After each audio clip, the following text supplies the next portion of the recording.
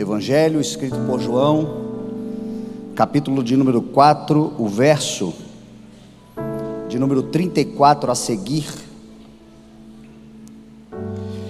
As palavras do Senhor são para nós como cartas. Essa é a intenção do Senhor. A responsabilidade de um pregador do Evangelho, da palavra, alguém que está transmitindo da parte de Deus uma mensagem, é como se ele fosse um carteiro, entregando uma carta, aonde ele lê essa carta para você, e assim são, as mensagens do Senhor. A Bíblia Sagrada também são cartas de Deus para nós, de palavras do Senhor ao nosso respeito. E o dia de hoje é uma mensagem que eu considero não como uma carta, mas como um bilhete, um bilhetinho. Quem aqui já recebeu um bilhete? Um bilhete de amor, um bilhete de alerta, um bilhete com alguma informação que é objetivo, é direto, muitas vezes é uma frase, 2 ou 3 frases, é curto, mas é muito importante. Então a mensagem de hoje, eu gostaria que você prestasse muita atenção, porque ela é de fato bem objetiva, bem direta, mas bem importante da parte de Deus. Pela manhã eu também disse que era um bilhete, achei que eu fosse pregar uns 15, 20 minutos, acabei falando 1 hora, me empolguei. Mas eu não quero aqui me ater ao tempo, eu peço ao Senhor graça para poder compartilhar novamente esta mensagem da parte de Deus, mas que ela fique cravada como um bilhetinho no teu coração. Sabe aquele bilhetinho que a gente bota na geladeira para não esquecer? Aquela mensagem que a gente precisa passar e ler, aquela agenda que a gente fez, enfim, os bilhetes são importantes, e como diz aquela frase, é verdade esse bilhete. Então abre o teu coração para o que o Senhor tem para falar a nós nesta noite. Disse Jesus no verso 34 do capítulo 4 de João: a minha comida é fazer a vontade daquele que me enviou e concluir a sua obra. Vocês não dizem, daqui a 4 meses haverá colheita? Eu digo a vocês, Jesus Cristo, abram os olhos e vejam os campos, eles estão maduros para a colheita. Aquele que colhe já recebe o seu salário e colhe o fruto para a vida eterna, de forma que se alegram juntos o que semeia e o que colhe. Assim é verdadeiro o ditado: um semeia e outro colhe. Eu os enviei para colherem o que vocês não cultivaram. Outros realizaram um trabalho árduo e vocês vieram a usufruir do trabalho deles. Amém? Pai, obrigado, Senhor, por esse momento. Te agradeço, Senhor, por todas as vidas que aqui estão, neste domingo, onde nós nos reunimos como tua igreja. E eu tenho certeza que o Senhor efetuou em todos nós o querer, o desejo de realizar, nos inspirou, nos motivou, e dissemos sim à direção do teu Espírito para aqui estarmos, Senhor. E eu tenho certeza que nenhum de nós aqui está de forma aleatória. Estamos aqui porque o Senhor tem um chamado para todos nós. O Senhor tem uma mensagem a todos nós. O Senhor tem um bilhete para colocar no nosso coração. E a minha oração, Senhor, é para que os nossos corações estejam abertos para discernir, nos dê inteligência, sabedoria, para entendermos, Senhor, o que o Senhor quer falar, e responsabilidade de guardar num lugar importante para que a gente possa passar e ler, que aquilo que o Senhor está nos dando é para a nossa vida, é para a nossa geração, é para o nosso tempo. E assim nos colocamos nesse lugar, Senhor, te pedindo que a porta da palavra esteja escancarada diante de nós, para que a gente possa comer, Senhor, desse bom alimento, em nome de Jesus. Amém, graças a Deus, amém. Há alguns dias atrás eu fui convidado para participar de um podcast, e esse podcast tinha o intuito de me entrevistar para que eu contasse um pouco sobre o testemunho da minha vida e abrisse o coração. É uma entrevista e uma conversa, e a gente falou sobre vários assuntos, e depois disso eles fizeram alguns cortes das coisas que eles acharam mais relevantes, e um dos cortes que eles fizeram foi lançado na internet, já está com mais de 2,5 milhões de visualizações. E isso se dá porque o povo gosta de uma treta. O corte é polêmico, mas é verdadeiro. E no corte eu dizia assim: se todos os teus relacionamentos, o teu círculo social, os teus amigos, as pessoas que você convive, se tudo que você entende enquanto relacionamento à tua volta for só de crentes, você está desviado. Ixi, apanhei essa semana. Mas tem muita gente que entendeu o que eu quis dizer. E o que eu quis dizer? O que Jesus quis dizer: brilhe a vossa luz no mundo. Brilhe a vossa luz diante dos homens, para que eles vejam as vossas boas obras e glorifiquem ao Pai que está nos céus. Sejam luz do mundo e sejam sal da terra. Façam daquilo que eu fiz em vocês algo transformador sobre vidas. Sejam uma referência, uma inspiração. Testemunhem. Jesus disse: vão por todo mundo e preguem o evangelho a todas as pessoas. Quem já ouviu do evangelho, já se convenceu, já se converteu, agora é um discípulo que aprende outras coisas, mas o evangelho e a boa notícia de salvação precisa continuar se expandindo pelo mundo. Através de quem? De você. E aí os crentes mais religiosos, ou também às vezes apenas medrosos, usaram argumentos do tipo: ah, mas se eu for, então eu vou me contaminar, se eu for, então eu corro o risco de cair. Óbvio que esta mensagem que eu falei não é para todo mundo, existe um tempo designado para todas as coisas. Óbvio que no início de conversão, aqueles que se convertem, aqueles que estão iniciando na fé, aqueles que estão deixando uma vida pregressa, aqueles que estão se fortalecendo no Senhor, aqueles que estão transformando-se pela renovação da sua mente em Cristo, eles são como bebês na fé. E por um período, é óbvio que se eles voltarem a andar com quem eles andavam, encontrar quem eles conhecem, naquele círculo social, a tendência é não se manterem. Entretanto, isso não pode ser para sempre. Você precisa amadurecer, você precisa crescer, você precisa entender que o fato de você voltar nos lugares aonde o Senhor quer que você volte, para resgatar aqueles que estão caídos onde você estava, é para você ser naquele lugar agora alguém semelhante a Jesus, que andava com prostitutas, mas não se prostituía, que andava com publicanos, mas não roubava, que era condenado pela religião porque se assentava com enfermos e leprosos, mas ao invés de ele ser contaminado pela lepra, dele saía a virtude que curava os leprosos. Então é para chegarmos nesses lugares e sermos agentes de transformação.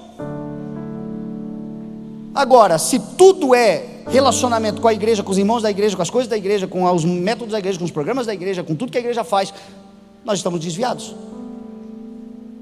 porque nós vamos perder a nossa capacidade e a eficácia que Deus nos deu de evangelizarmos. Então tem gente que se converte e se torna o chato da família. Agora não vai mais em festa de família, porque todo mundo é pecado, porque todo mundo está errado, se torna o chato. Ao invés de atrair, repele. No trabalho é o moralista. Na vida dos amigos agora é o que fica apontando os dedos. Ao invés de abrir os braços, é acolher e ensinar e discipular e orientar com amor, com graça, a mesma que nos alcançou. Ou algum de nós aqui estava limpo quando o Senhor tocou em nós? Por outro lado, eu fico feliz que a mensagem está chegando a muitos corações, e esse texto aqui é uma das passagens da Bíblia que confirma o que eu estou dizendo para você. A Bíblia diz que Jesus estava vindo da Galileia, e estava indo para a Judéia, e que Jesus era um judeu, um rabino, um homem que seguia a lei, um homem que era estudado no judaísmo, um homem que cumpria todos os ritos e tudo aquilo que a lei determinava, logo poderia ser comparado a todos os outros religiosos. Mas Jesus, indo da Galileia para a Judéia, diz o texto que era-lhe necessário passar por Samaria. E se você estudar um pouco da palavra de Deus, você vai ver que Samaria era o povo de Israel que havia se desviado da sã doutrina, da lei do Senhor, da instrução da palavra. Lá em Roboão, quando Salomão morre e o seu filho assume o reino, há uma divisão no reino de Israel. 10 tribos formam a tribo de Israel e 2 tribos formam a tribo de Judá. E desde aquela época, 1000 anos atrás, aquele povo se manteve dividido e escolheu seus deuses, o seu lugar de adoração, a sua vida com a sua própria lei. Portanto, um povo que era considerado desviado, pagão, corrompido. Jesus, indo para a Judéia, era necessário passar por esse lugar. A primeira razão é simplesmente geográfica. Samaria fica entre Galileia e Judéia. Então, por uma questão meramente geográfica, ir para Samaria demandava, para a Judéia, demandava passar por Samaria. É mais ou menos como você desejar ir hoje para São Paulo. É necessário que você passe pelo Paraná, por uma razão geográfica. Só que eu te faço uma pergunta: se para você ir para São Paulo é necessário você passar pelo Paraná, é obrigatório e necessário também que você pare em Curitiba? Você precisa parar em Curitiba, você precisa falar com alguém em Curitiba, você precisa falar com o curitibano, você precisa... Ou você pode tão somente passar direto e seguir o seu caminho para São Paulo? Jesus muitas vezes, ao ir da Galileia para a Judéia, passou direto pela Samaria, passou em território samaritano, mas não parou. Inclusive teve vezes que Jesus, ao passar pelo território de Samaria, era expulso daquele território, era perseguido naquele território.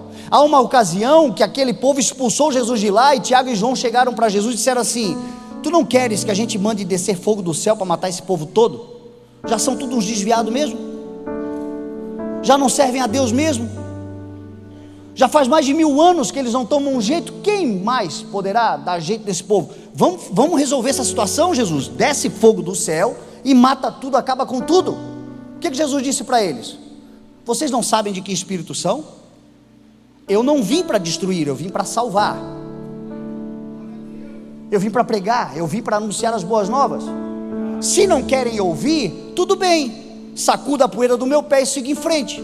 Agora, tantos quantos quiserem me ouvir, eu vou falar. E se não quiserem me ouvir, eu sigo em frente, mas não destruo ninguém. É isso que vocês precisam entender, discípulos. Mas dessa vez, especificamente, a Bíblia diz que Jesus, ao passar por Samaria, entra numa cidade chamada Sicar, e para na beira de um poço, o poço de Jacó. E Jesus está cansado da viagem, Jesus está com sede, e vem uma mulher, e diz o texto que essa mulher já tinha tido 5 maridos, e agora ela vivia com um homem que não era seu marido. Logo, uma mulher desequilibrada emocionalmente, logo uma mulher que não conseguia sustentar relações, provavelmente uma mulher preterida pela sociedade, já mal vista aos olhos até mesmo dos samaritanos. E essa mulher chega perto do poço e Jesus puxa uma conversa com ela. Jesus aproveita da situação para conversar com aquela mulher. Ele começa a falar de água, porque ele estava à beira do poço, pede água para aquela mulher, e aquela mulher, ao ver Jesus, ela disse assim: como é que tu, sendo um judeu, pede água a mim, que sou uma samaritana? Judeu não fala com samaritano, crente não fala com mundano. Os religiosos muitas vezes usam o Salmo de número 1 para justificar a sua negligência. Feliz é o homem que não segue o conselho dos ímpios, não se assenta na roda dos zombadores e não imita a conduta dos pecadores. Você sabe o que é ímpio? Ímpio é quem conhece a verdade, prega a verdade, tem a petulância de pensar que é mais verdadeiro do que os outros, mas na prática não a vive. Não tem nada a ver com quem está no mundo. Tem muito mais ímpio dentro da igreja do que fora dela, você sabia disso? E feliz é o homem que não segue o conselho de moralista. Feliz é o homem que não se assenta na roda dos zombadores. Você sabe quem é zombador? Não é propriamente quem está no mundo, é quem debocha da tua fé. Tem gente que está no mundo, mas não debocha da tua fé, até te respeita, não te persegue, não escarnece. Talvez até tem preconceitos religiosos que falam às vezes brincadeirinhas, porque são apenas ignorantes, são muito diferentes de escarnecedores e zombadores. Você já lidou com um escarnecedor e um zombador alguma vez? Alguém que realmente confronta e afronta e persegue a fé que você carrega? Este é um zombador. Feliz é você se não se assentar nessa roda. E obviamente não imita a conduta dos pecadores, o que não significa que você não pode estar perto deles. Pecar é errar o alvo. Pecar é alguém que está indo na direção contrária de Jesus Cristo. Quem é um pecador? Jesus é o alvo. A Bíblia diz assim: mantenha o olhar fixo no que está diante de você. Paulo disse: eu corro como quem anda prosseguindo para um alvo. Esse alvo é Cristo.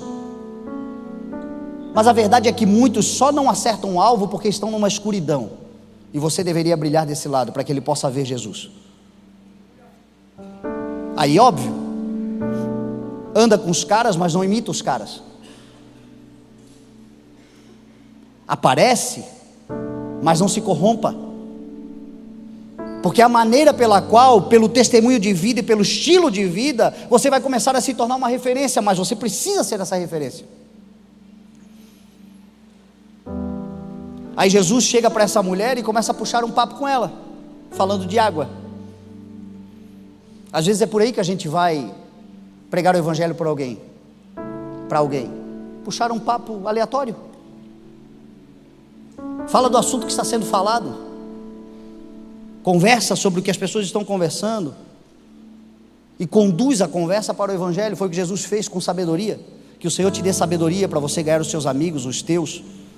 Talvez você vai falar de algum assunto que aparentemente é aleatório, mas o Senhor vai te dar palavras de sabedoria na qual você vai conduzir essa mensagem. No final alguém vai saber que é Jesus Cristo o Senhor.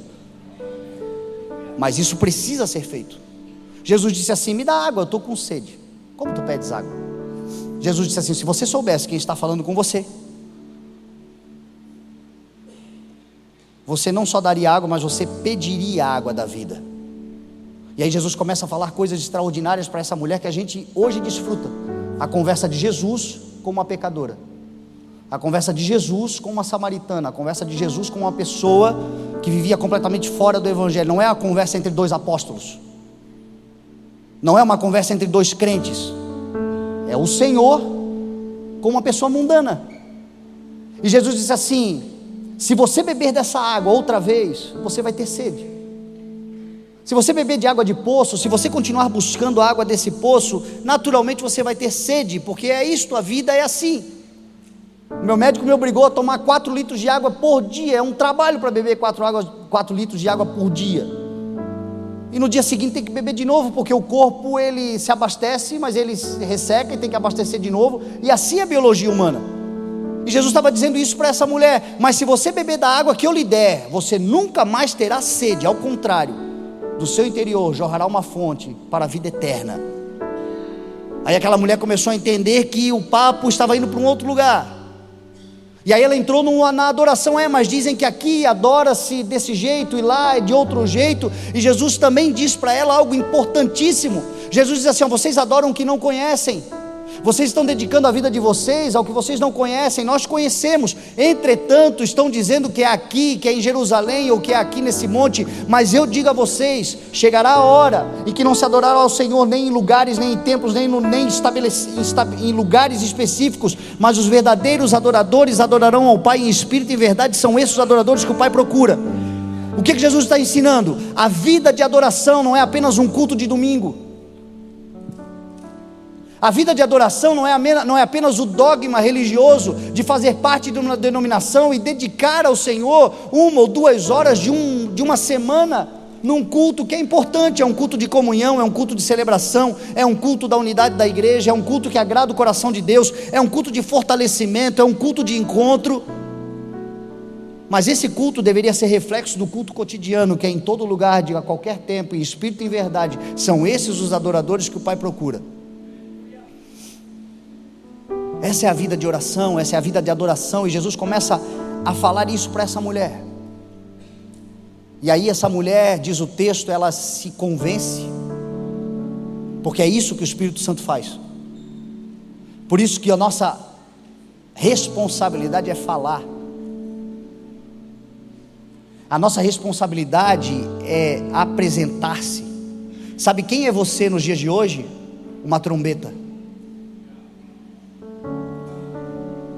Sabe quem nós somos? Arautos. Sabe ao que o Senhor nos comparou? As cidades edificadas sobre uma montanha que não podem se esconder. A gente que não pode estar debaixo da cama, escondido dentro de uma gaveta, mas são pessoas que estão no alto da sala para iluminar toda a casa. Não são pessoas que gostam de se aparecer, mas são pessoas que o Senhor expõe e que de maneira alguma se escondem. E aí o Espírito convence. É necessário que seja pregada a palavra, porque a fé vem pelo ouvir a mensagem. A fé vem por ouvir, e precisa sair da tua boca a palavra do Senhor, porque tem gente que precisa ouvir o que você carrega. E é hora para despertar para esse entendimento, porque quando a gente fala, o Espírito convence da justiça, do pecado e do juízo. Isso é evangelho. Da justiça, porque o Senhor foi para o Pai, nos justificou na cruz, nos aceitou como filhos, nos deu herança, e quando voltar, estaremos com Ele. Do pecado, porque os homens não creem em Deus. E do juízo, porque o príncipe deste mundo já está condenado. E quando o evangelho é proclamado, as pessoas se convencem, confessam, se convertem e são salvas. Mas para isso, a gente precisa sentar em beira de poço, seguindo o nosso caminho, porque nós estamos indo para Nova Jerusalém. Nós estamos indo para Nova Jerusalém. Mas antes de chegarmos em Jerusalém, é necessário passarmos por Samaria. Podemos passar direto ou podemos entrar em Sicar. E ao entrar, puxar papo. E ao entrar, ser acessível. E ao entrar, estar disponível.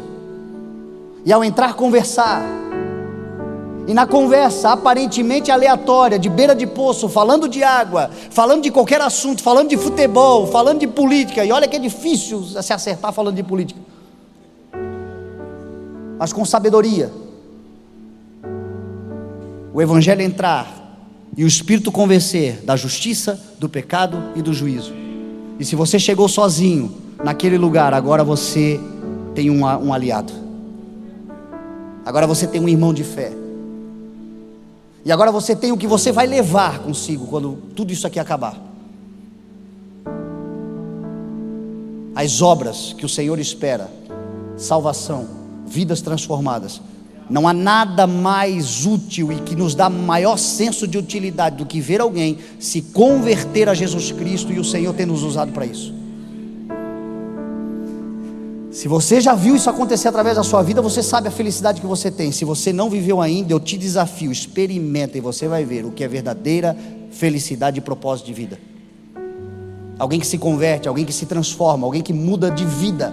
E por causa de você, vai em lugares que você não vai, e vai ganhar gente que você não ganhou, e serão grandes pregadores do Evangelho. Talvez você ganhe um, mas esse um ganha milhares.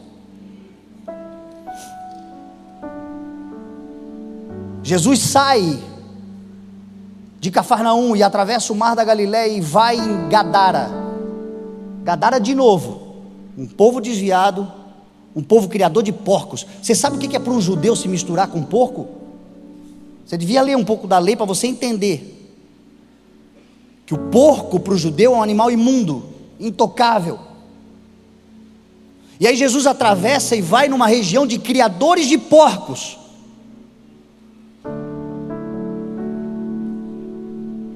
E o fariseu não entende. E aí quando ele chega naquele lugar, ele encontra um homem que nem o povo daquele lugar jamais acreditava nele. Amarravam ele com correntes, jogaram ele para morar nos cemitérios. Aquele homem comia do que jogavam para ele igual um cachorro, vivia acorrentado, e diz o texto que aquele homem era possuído por uma legião de demônios. Mas por causa de Jesus e da chegada de Jesus naquele lugar, aquele homem foi liberto. E diz a palavra que aquele homem agora estava sentado aos pés de Jesus, vestido e em pleno juízo. E quando Jesus vai embora, aquele homem queria ir com ele. Óbvio. Quem não gostaria de ir? Ele queria ficar com os crentes, ele queria andar só com os crentes, ele queria estar com... É normal, é bom. Mas Jesus disse àquele homem assim: vai lá na tua terra, volta lá em Gadara e fala para as pessoas o que Deus fez por você. E o texto diz que aquele homem foi e falou a todos o que Jesus havia feito por ele. E aquela região era uma região chamada de Decápolis, ou seja, eram 10 cidades circunvizinhas. E as 10 cidades ouviram falar sobre Jesus por causa de um homem que Jesus alcançou. Olha o que você pode fazer no nome de Jesus.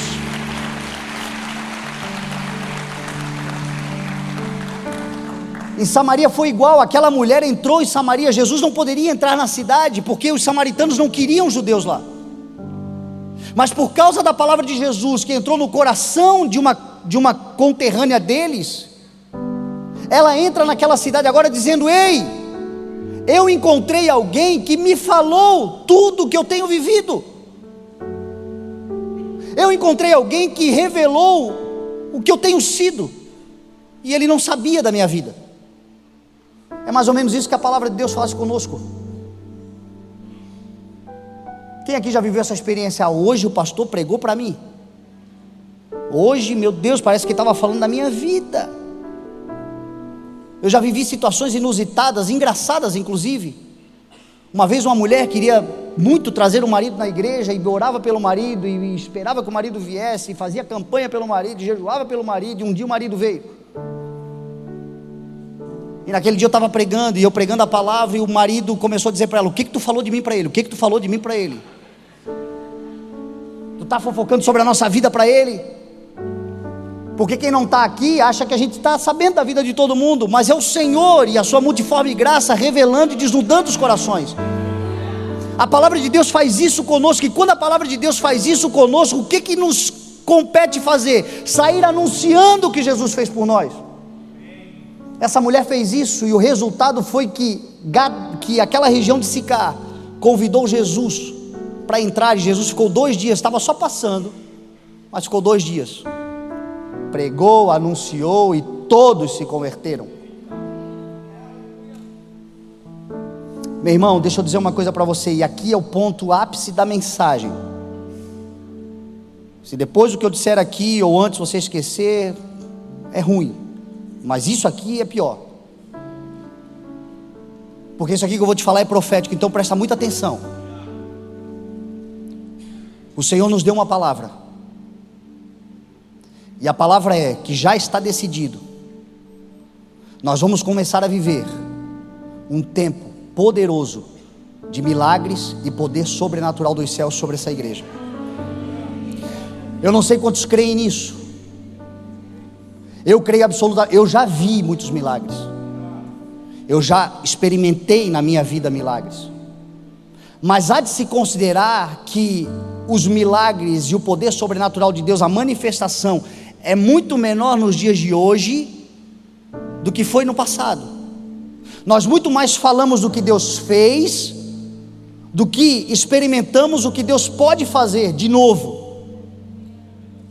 Entretanto, o Senhor tem dito para nós: esse tempo sobre vocês já está liberado. Vocês vão começar a experimentar milagres. Quem precisa de cura vai ser curado. Quem precisa de libertação vai ser libertado.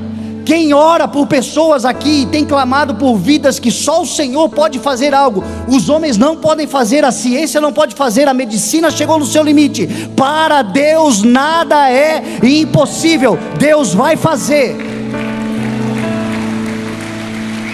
Se prepara, porque isso vai começar a acontecer e será comum entre nós. Mas há uma chamada de Deus e uma palavra clara, e é isso que eu preciso que você guarde no teu coração. Quando começarem a acontecer essas coisas, não diga que foi, o Fernando pregou, o pastor falou que ia acontecer e começou a acontecer. Não diga que é porque você está no CI e esse tipo de coisa está acontecendo. Só fale: foi Jesus quem fez. Vai acontecer aqui, mas não vai acontecer só aqui. Nós vamos começar a ver na cidade. Você vai falar do nome de Jesus e Jesus vai curar. Você vai falar do nome de Jesus e Jesus vai libertar. Você vai falar do nome de Jesus e as coisas sobrenaturais vão acontecer. Mas quando elas acontecerem, não acrescente nada além de que foi Jesus e só Jesus. Dele, por Ele, para Ele são todas as coisas.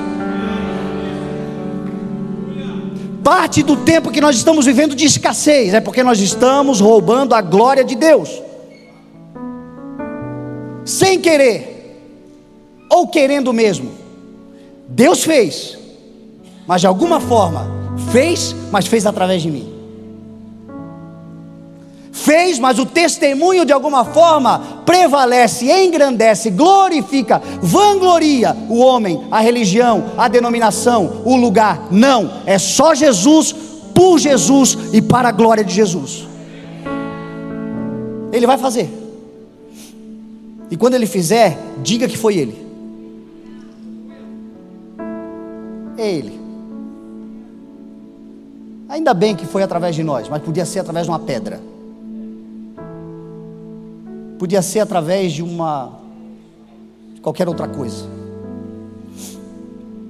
Porque a palavra diz assim: quando Deus te usar, ou quando você fizer qualquer coisa em nome do Senhor, depois de terminar, considere-se um servo inútil.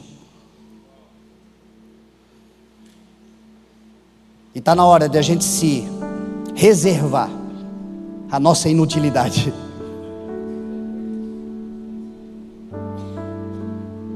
E entendermos que quando acontecer, a vanglória não é dos homens, não é do ministério, não é da igreja, não é da cidade, não é do local, é de Jesus e só Jesus Cristo. Vai começar a acontecer coisas extraordinárias. Te prepara. Quando acontecer, esquece que eu te falei, só lembra que foi Jesus quem fez.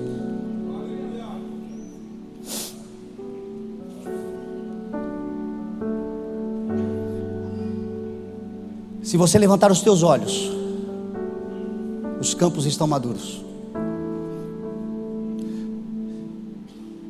Se você expandir a tua mente e o discernimento do Espírito vier sobre você,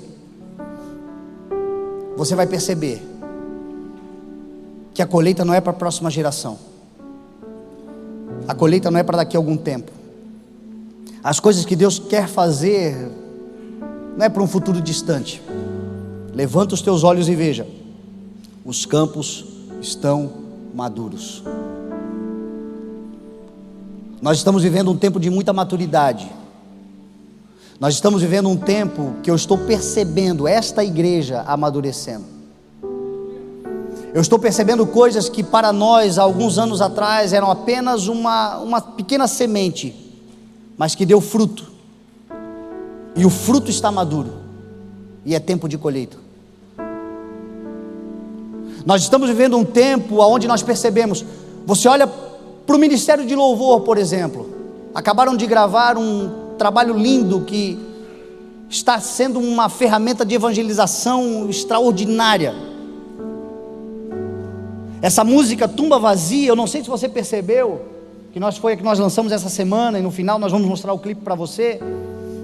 Essa canção, ela caiu no gosto das crianças. Você já reparou quantas as crianças ouvem, cantam e dançam, e eu só vejo criança? Por quê? Porque delas suscita o perfeito louvor,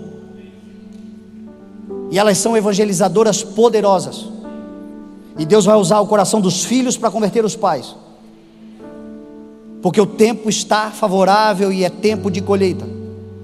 O Allen, alguns anos atrás, era só uma semente, era um desejo, era um sonho. Hoje já tem frutos sendo colhidos.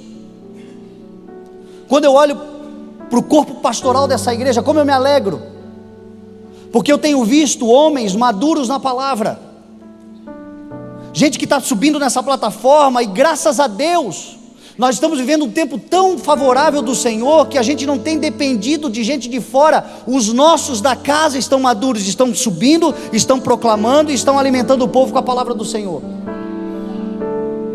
A igreja está amadurecendo. Eu não sei quanto tempo você está nessa casa, mas se você já está aqui há mais de 2, 3 anos, você tem percebido que as mensagens que estão sendo proclamadas são mensagens com um nível e um grau de maturidade maior. Não é porque o pastor está estudando mais, é porque a igreja está entendendo o que o Senhor quer dizer. E à medida que nós vamos entendendo, o Senhor vai acrescentando, o Senhor vai dando mais, o Senhor vai engrossando o caldo, porque é um tempo de uma maturidade sobre sementes que nós lançamos há anos atrás. Na igreja a gente vê isso sobre os jovens. São dezenas de jovens, casais, grávidos dentro da igreja. Sabe o que é isso? Isso é maturidade. No meio de uma geração de jovens hedonistas, egoístas, egocêntricos, que querem uma noite e nada mais, que querem viver, preferem viver 8 a 88 do que 8 a 80 do que 88. Uma geração que só pensa em si. Quando a gente vê jovens querendo casar, formar família, edificarem lares, construírem, crescerem, multiplicar-se, isso é maturidade espiritual, gente. Isso é povoar a terra, isso é ser um contra-ataque, isso é entender o que o Senhor nos chamou para fazer.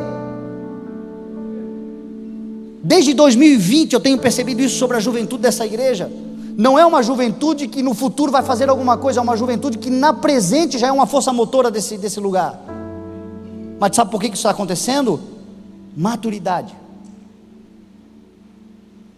E quando chega o tempo de maturidade, o que a gente faz? A gente colhe. Coisa ruim é você colher um fruto quando ele não está maduro, ele é amargo, ele trava. Há de se discernir o tempo exato da colheita.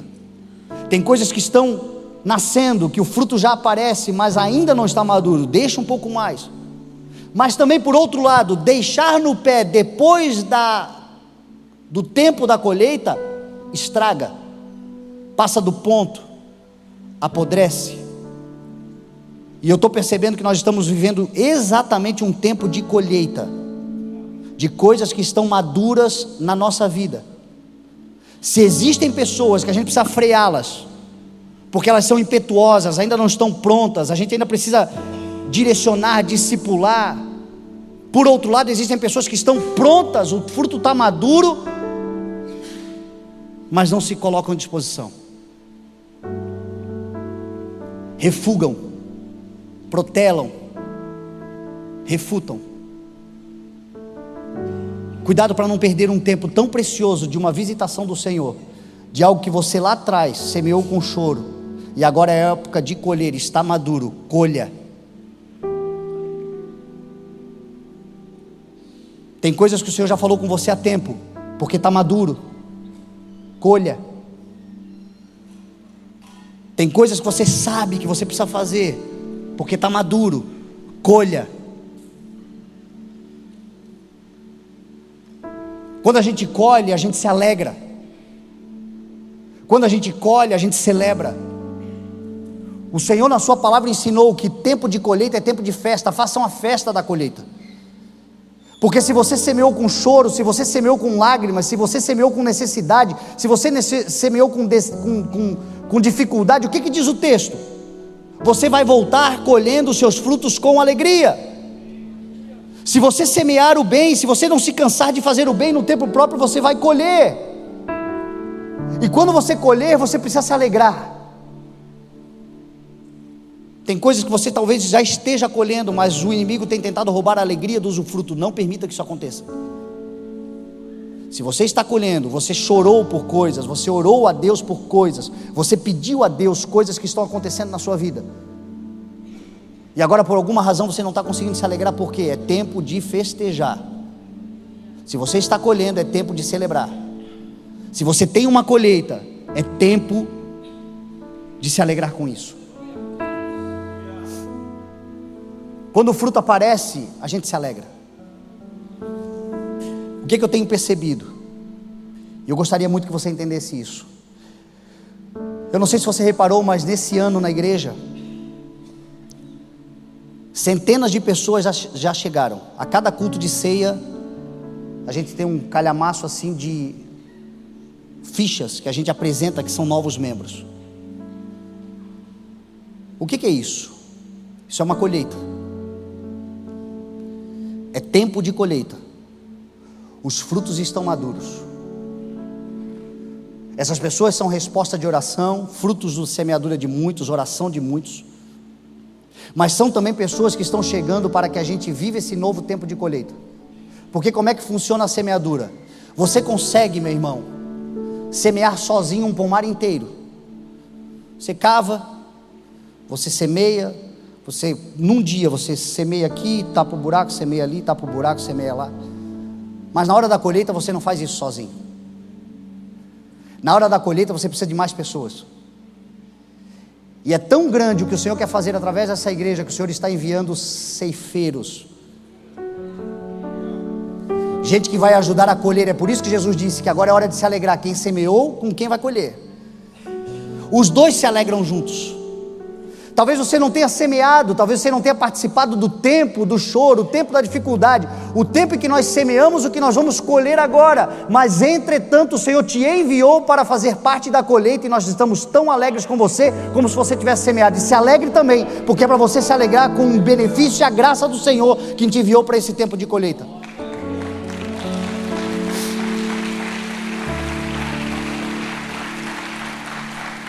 Os campos estão brancos, levanta os teus olhos e veja, é óbvio o que eu estou falando.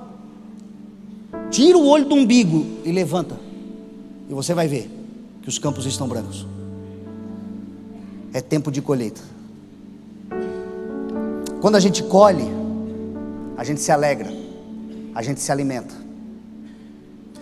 Mas há uma verdade bíblica que precisa ficar clara nesse bilhetinho de hoje.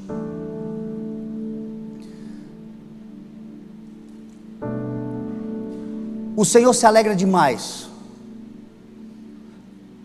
com os frutos que são colhidos. Mas o plano do Senhor é que um fruto se transforme numa árvore. A ideia do Senhor é que aquele que é um fruto, um dia seja uma árvore.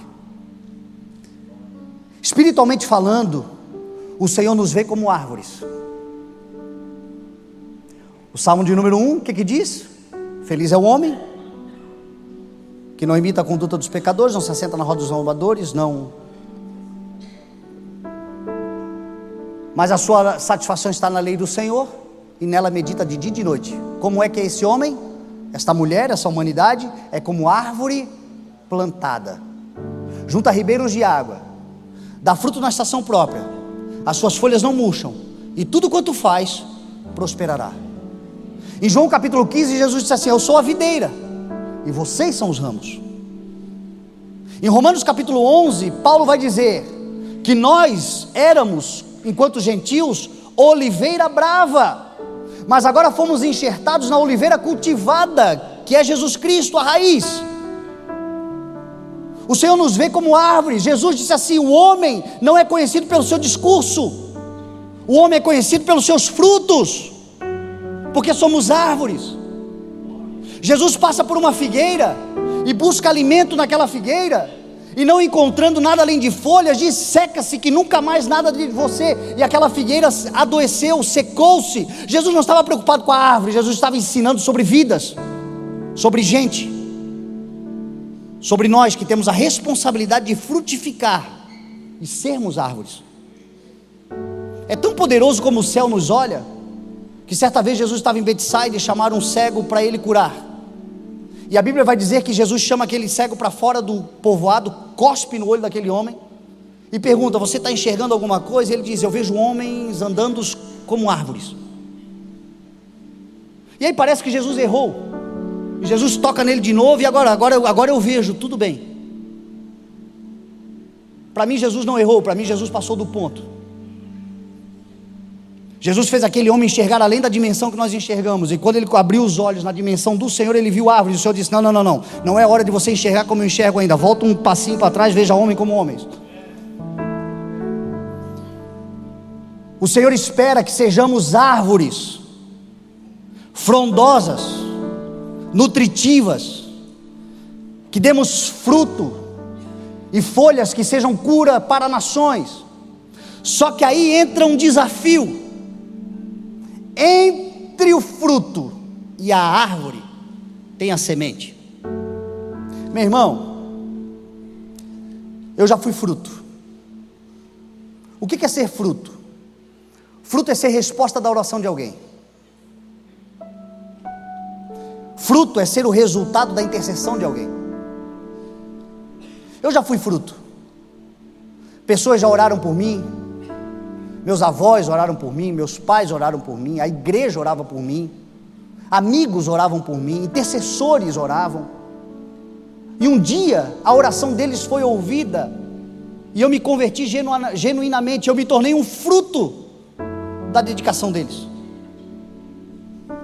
E eu creio que esta realidade não é só minha, é sua também. Você provavelmente já foi fruto de alguém.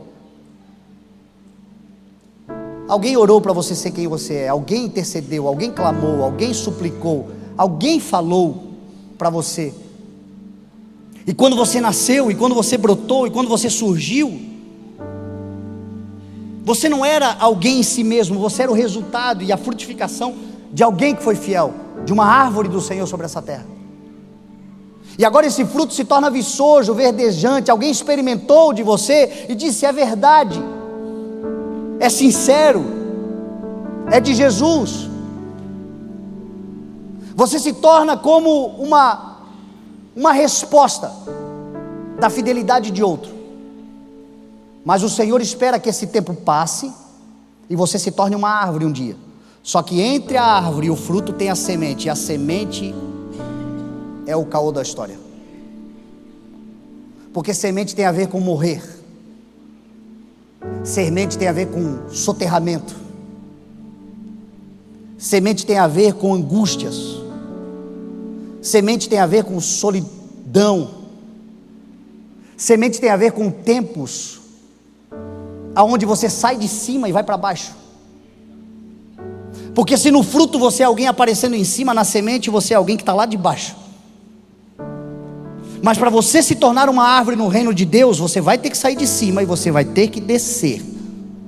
Porque Jesus Cristo certa vez disse para os discípulos que queriam ser o maior no reino de Deus: aquele que quiser ser o maior, torne-se o menor e servo de todos. E Jesus certa vez disse: se o trigo não cair na terra e não morrer, ele permanecerá sozinho, mas se ele morrer, ele dará muito fruto. Meu irmão, eu já fui fruto, mas eu também não me esqueço do tempo que o Senhor me fez semente. Ai, que doloroso, que tempo angustiante, que tempo difícil. E Deus não vai aliviar para ninguém. Todos nós, para nos tornarmos árvores frondosas, passaremos por esta parte do processo, que é nos tornarmos a semente que morre. O homem que nega a si mesmo.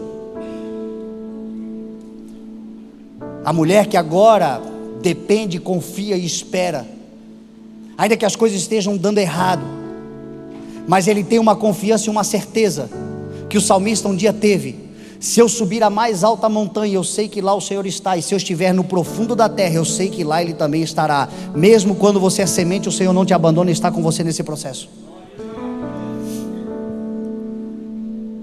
E é quando você passa por isso, que você então se tornará esta árvore. Hoje eu tenho certeza também que através da minha vida o Senhor tem me usado, e muitos frutos estão surgindo. Eu tenho visto frutos surgir, da pregação, da dedicação, do posicionamento, de ter sido uma semente, de ter sido jogado na terra, de ter sofrido as dificuldades, mas hoje, graças a Deus, frutos estão surgindo. Mas o Senhor, meu irmão, não quer parar por aqui. Você começa como uma árvore, mas de uma árvore o Senhor faz um pomar, de um pomar o Senhor faz uma fazenda, de uma fazenda o Senhor faz uma floresta. E é o que o Senhor quer fazer através dessa igreja. Se um dia era só uma semente, depois se juntaram outras sementes, hoje nós já podemos dizer que somos um pomar. Mas são tantos frutos que estão surgindo, que é necessário expandir o reino de Deus, e novas sementes serão semeadas sobre a terra. Vidas vão se entregar ao Senhor dizendo: Senhor, eu me coloco nesse lugar de ser uma semente, porque eu sei que o Senhor vai me tornar uma grande árvore. Sabe qual é a minha oração nos últimos tempos? A oração de Jabes. Uma das orações mais lindas que eu vejo na Bíblia, e que diz a palavra que o Senhor lhe atendeu. A oração de Jabes tem duas frases. Ele diz assim: ah, Senhor, abençoa-me.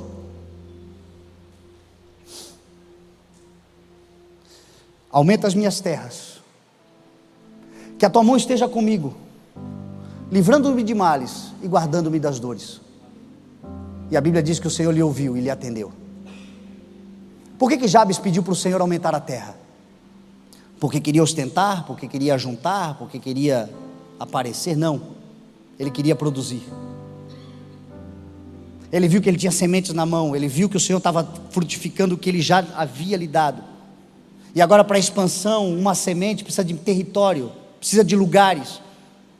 E uma vez plantada, se expande, e outras vidas vão se alimentar, outras famílias vão ser sustentadas, outras pessoas se beneficiarão. Assim é o reino de Deus. Em nome de Jesus, entenda uma coisa: você faz parte de um pomar, mas o Senhor quer fazer desse pomar uma fazenda, e dessa fazenda uma floresta, e para isso você precisa se lançar sobre a terra.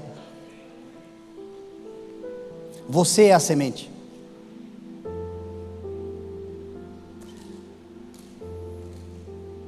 A mensagem de hoje não é para levantar uma oferta. A mensagem de hoje não é para dizer: olha, lance uma semente sobre a terra e vai embora. Não. A mensagem de hoje é para te convencer: você vai se jogar sobre a terra. Você é a maior semente, você é a maior oferta, você é o culto racional, você é o sacrifício vivo, santo e agradável ao Senhor. É a tua vida que o Senhor quer usar como alguém que vai passar por esse processo. Mas pode acreditar, uma árvore frondosa vai surgir, e muitos frutos vão aparecer, e você vai se alegrar, vendo que o Senhor, através da sua vida, alimentará nações, mudará a história de pessoas. Os teus filhos se beneficiarão. Uma árvore, ela um dia é uma semente, ela leva tempo para frutificar, mas depois que ela começa a frutificar, existem determinadas espécies, meu irmão, que frutificam por séculos. Tu e as tuas gerações serão benditas, porque você decidiu se lançar sobre a terra como uma semente que sai da mão do Senhor para se tornar uma árvore frondosa. A mensagem de hoje eu quero concluir fazendo uma oração. E a minha oração é com irmãos que conscientemente, racionalmente, dizem: Senhor, obrigado. Obrigado porque o Senhor me tornou um fruto do teu reino. Obrigado porque o que o Senhor fez na minha vida, usando outras vidas, através de outros, o Evangelho me alcançou, e de fato eu sou um fruto do Evangelho. Eu sou o fruto do trabalho de alguém, eu sou o fruto da dedicação de alguém, eu sou o fruto de alguém que creu no Senhor e o Evangelho chegou em mim. Mas eu sei que eu tenho dentro de mim uma semente, Senhor, e ela precisa cair sobre a terra. Algumas coisas precisam morrer, um tempo de reflexão eu preciso passar, um período do processo do Senhor, de mutação, de transformação, de metamorfose, que é a metanoia, eu preciso enfrentar. Mas eu sei que eu tenho dentro de mim alguma coisa que já é vida, e que se tiver em contato com a terra, vai surgir conforme a espécie que o Senhor me criou para ser. Mas essa atitude tem que ser nossa. Quem quiser seguir-me, venha.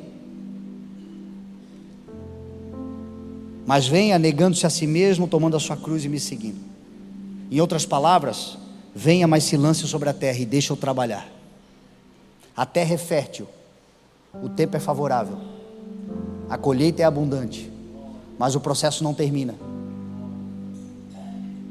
Multidões serão alcançadas em nome de Jesus. Nações serão alcançadas em nome de Jesus, e serão através de árvores frondosas que alimentarão essas nações. E o que eu vejo aqui é isso: quando eu levanto os meus olhos,